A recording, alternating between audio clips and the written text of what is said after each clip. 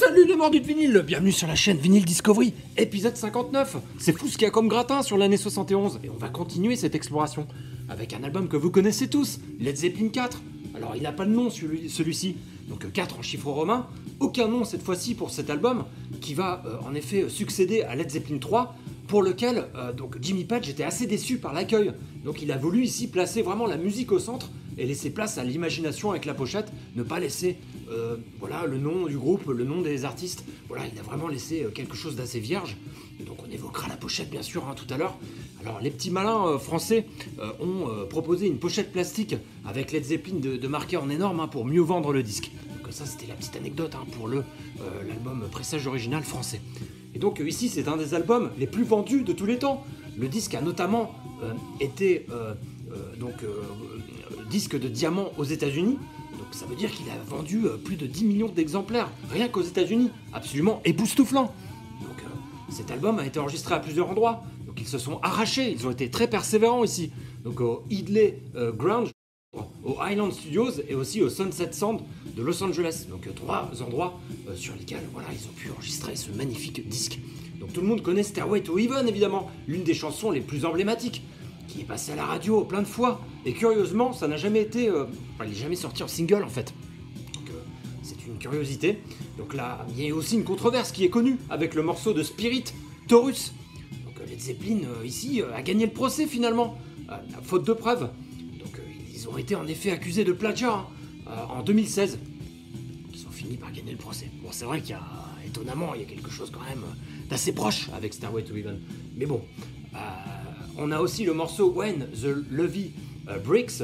Donc aussi Bowman a enregistré un son batterie très original depuis un hall d'escalier, donnant un son plus puissant, plus massif, magnifique. Donc on a aussi donc, des morceaux qui sont un petit peu plus doux, un peu plus folk. On a Going to California, on a The Battle of Evermore. Donc ici c'est des morceaux qui sont bien un peu plus mélodieux on va dire, et ce qui donne beaucoup de corps à ce disque. De toute façon, chaque morceau sur cet album sont des hymnes, c'est absolument énorme. Les 2 premiers titres, là, moi, je les adore vraiment. Et donc, on va évoquer la pochette, parce que vous attendez tous le petit moment consacré à la pochette. Donc, effectivement, ici, on est sur voilà, la pochette Gatefold, où il faudra évoquer un peu l'intérieur et l'extérieur. Donc, le front cover ici, donc, qui représente un vieil homme qui a le dos courbé avec des fagots sur le dos. Donc il a été peint sur une toile en fait et accroché à un mur délabré. Donc c'est en effet ici ce tableau-là est inspiré d'une photo magnifique qui a été retrouvée sur le tard. Incroyable.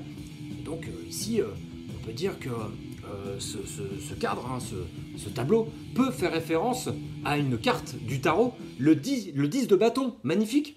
Donc, qui signifie justement la surcharge, un épuisement, la conclusion d'une période difficile, la persévérance face aux défis.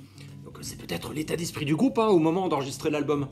Et donc ici, quand on déplie, on voit le contraste entre le monde rural et le monde urbain. Magnifique. Donc le tableau est accroché sur le mur d'une maison qui est sur le point d'être démolie pour être remplacé, je dirais, par des immeubles situés à Birmingham.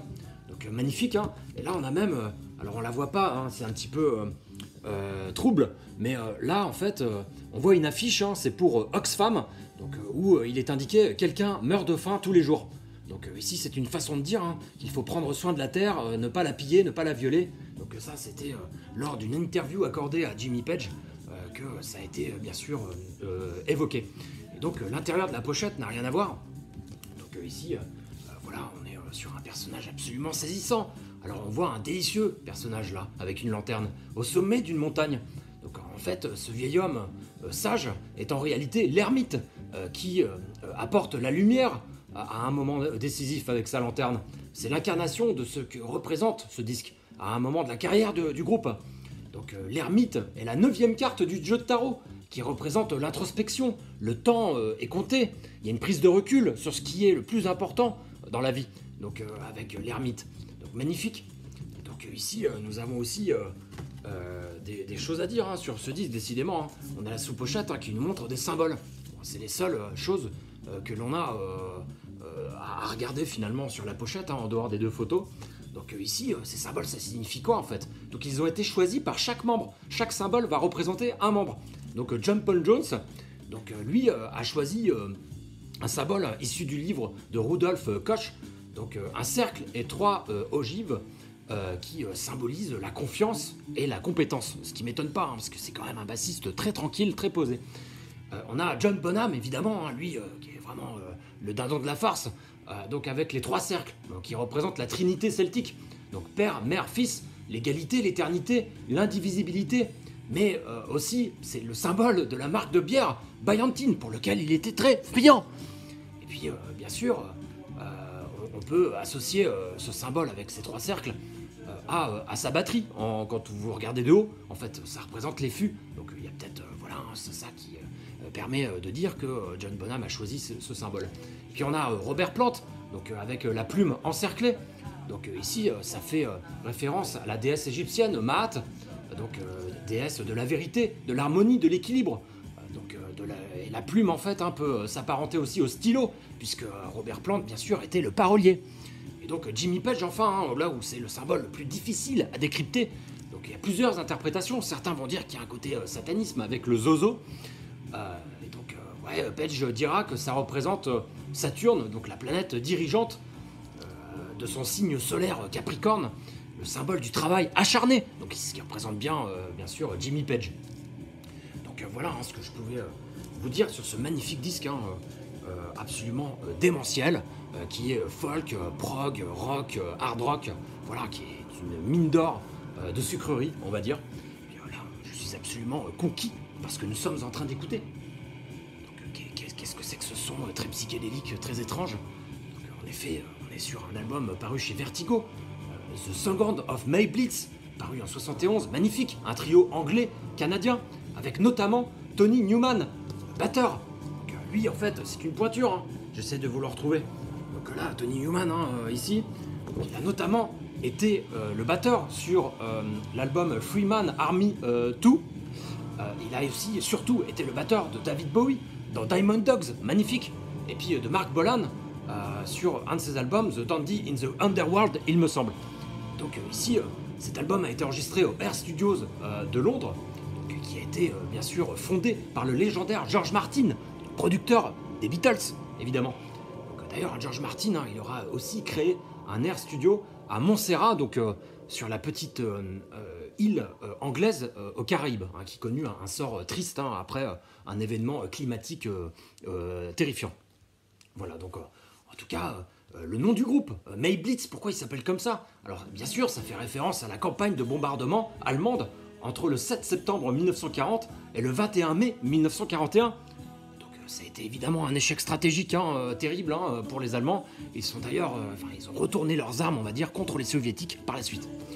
Et donc ici, on a des super riffs vitaminés. C'est psyché, prog, hard, rock, heavy, magnifique. Donc l'esthétique psychédélique de cette pochette est vraiment incroyable. Là, on a un personnage qui apparaît dans le premier album de May Blitz. C'est un petit peu la mascotte, j'ai l'impression.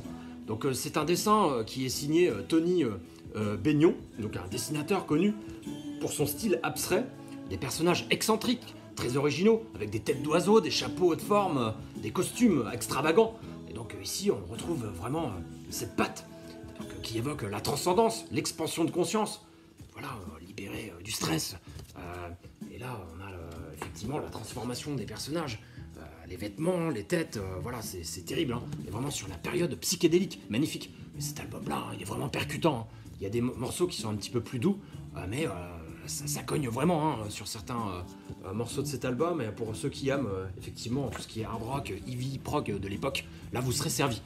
Donc en tout cas, voilà, ce sont les 2 disques que je voulais vous présenter aujourd'hui. Le classique, le trésor caché, en espérant que ça vous aura plu. Donc May Blitz et Led Zeppelin 4, Zozo pour les intimes. Donc n'hésitez pas à mettre un pouce, vous abonner si ce n'est pas encore le cas. Et à très bientôt sur la chaîne Vinyl Discovery. Et encore merci pour vos nombreux commentaires. À très bientôt.